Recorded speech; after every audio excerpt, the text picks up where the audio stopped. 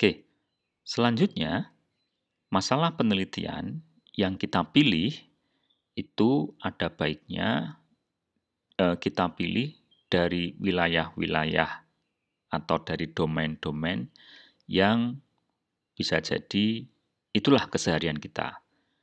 Jadi akan lebih mudah apabila penelitian itu berasal dari pengalaman kita atau hal-hal yang terjadi di lingkungan sekitar kita.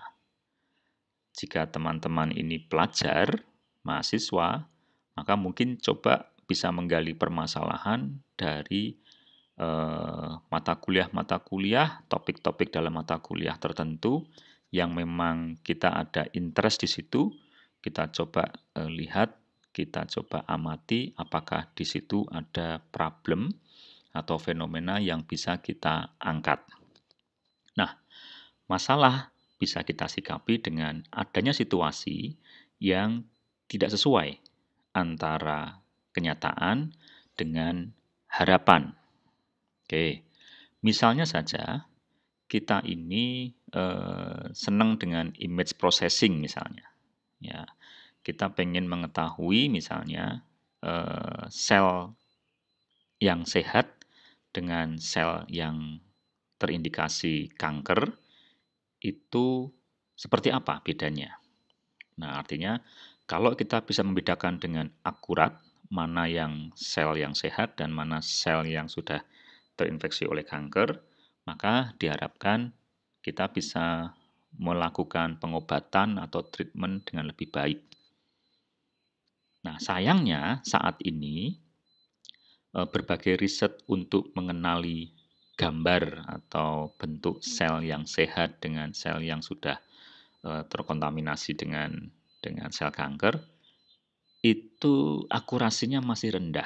Harapan kita tentunya seakurat mungkin, agar mungkin dalam proses treatment nanti tidak keliru dalam mengidentifikasi sel. Nah, ini adanya ketidaksesuaian antara kenyataan dengan harapan. Inginnya misalnya kita mengembangkan sistem informasi yang mampu mengolah laporan harian atau laporan bulanan secara otomatis. Nah, misalnya otomatis itu ya setiap akhir jam kerja atau di setiap akhir hari kerja. Nah, saat ini mungkin dalam organisasi proses penyusunan laporan itu masih manual. Perlu langkah-langkah yang tidak otomatik untuk mengintegrasikan dari berbagai subsistem atau departemen. Dari bagian gudang, dari bagian penjualan, dari bagian-bagian yang lain ini perlu diintegrasikan secara otomatis.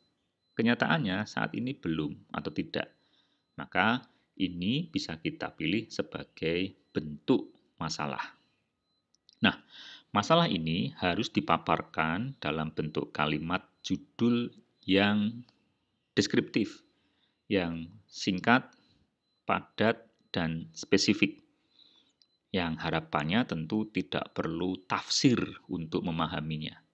Jangan samakan judul lagu, judul puisi dengan judul penelitian. Jadi judul penelitian itu mestinya sangat clear, tidak mendua arti, tidak perlu berpikir kompleks untuk memahami atau memperkirakan isi dari penelitian ini apa. Hanya dengan melihat judulnya, setidaknya orang bisa memahami. Nah, untuk memudahkan hal tersebut, maka ada baiknya nanti ketika membuat judul penelitian atau paling tidak nanti judul skripsi, setidaknya bisa diperhatikan 5 elemen di bawah ini.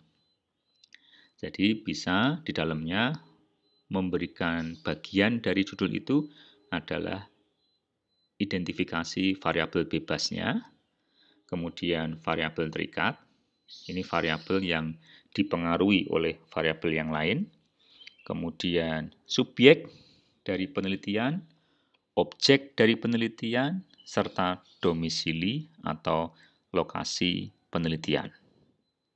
Ya, mungkin tidak semuanya harus masuk, tetapi setidaknya elemen-elemen ini bisa digunakan sebagai indikasi untuk memudahkan seseorang memahami isi dari penelitian yang sedang disusun. Sebagai contoh misalnya, pengaruh metode ceramah dan metode kelompok, ya ini semacam tugas kelompok, terhadap hasil belajar matematika siswa kelas 7. Oke, dari paparan ini bisa kita lihat mana yang dipengaruhi dan mana yang mempengaruhi. Nah, tentunya yang dipengaruhi adalah hasil belajarnya, yang mempengaruhi yakni metode ceramah dan metode kelompok.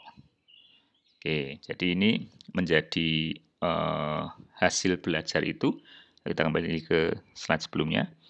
Nah, subjek penelitiannya itu orang atau tempat atau yang diamati, yakni hasil belajar, kemudian objek penelitiannya, ya, siswa kelas 7. Hasil belajar matematika menjadi yang diamati, objeknya, orangnya adalah di siswa kelas 7 SMP.